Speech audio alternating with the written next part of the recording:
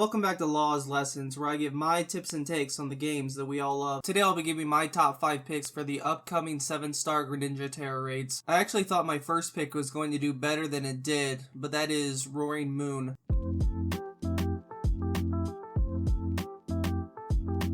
I picked Roaring Moon based on its stats and typings, but its moves are where it really falls short. It's really just on the fact that Dragon Dance does not set up fast enough for raids. And to make it worse, in this raid that you're seeing right now, I kept getting hit by Charm, which doesn't help the situation. My next pick seems to be a lot of people's first choices, but I feel like it may also fall victim to taking too long to set up, and that would be Vaporeon.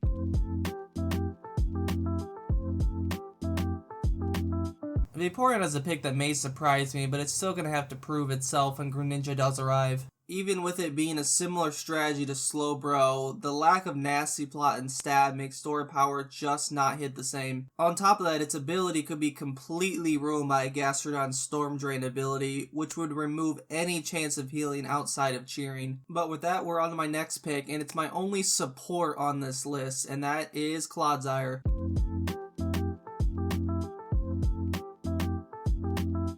Now, the only reason Clodsire could even be considered is because of its ability Water Absorb. You can see in this Leafeon raid I was using for testing, Clodsire does have Earthquake, but I've since changed that due to it not doing enough damage. The only problem with that is if Greninja does use Taunt, and at that point I would suggest swapping out Acid Spray or Recover. I feel like Clodsire's main role is going to be to prevent damage by spamming the Mud Slaps and lowering Greninja's accuracy to a point where he can't land an attack. On top of that, if your teammates are using special attacks, you have Acid Spray to lower Greninja's special defense, and then you can use Helping Hand to up your teammates' damage. And next up goes my number 2 pick, which I actually have 2 builds for, and that is Lucario.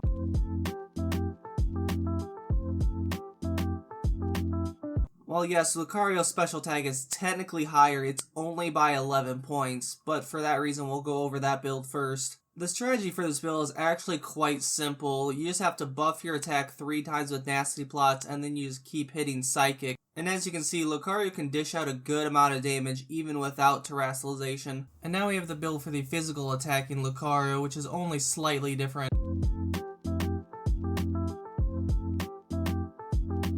I would highly suggest using Swords Dance 3 times first, especially if you're doing the raid solo to prevent the shield from coming up before you're ready. After that, you'll want to use Screech 3 times to lower Greninja's defense, and then use Earthquake until you win. And finally, we have my number 1 pick, which I believe should be on every team. That is Gastrodon.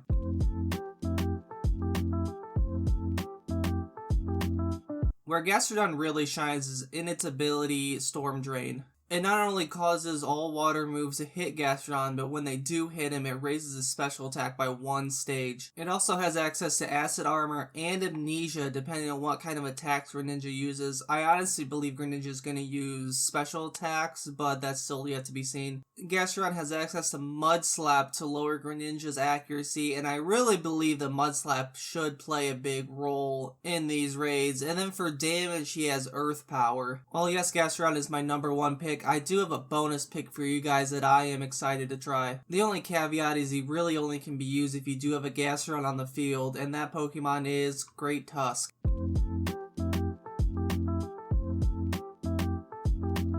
Now, while the strategy for Great Tusk is quite simple, it is his high attack stat that really has me interested. He also has access to Taunt in case Greninja wants to play that game, along with Mud Slap to reduce his accuracy, and I do believe Great Tusk can do enough damage to carry his own weight as long as you do have that Gastrodon on the field. And there we have it, that's my top 5 picks for the upcoming 7-star Greninja Tera Raids. Let me know what picks you're planning on using in the comments down below. If you enjoyed this video or helped you at all, a like would be very much appreciated. And make sure to subscribe so you don't miss the actual testing of any of these picks or future content. And of course, thank you for joining today's lesson. Until next time, bye!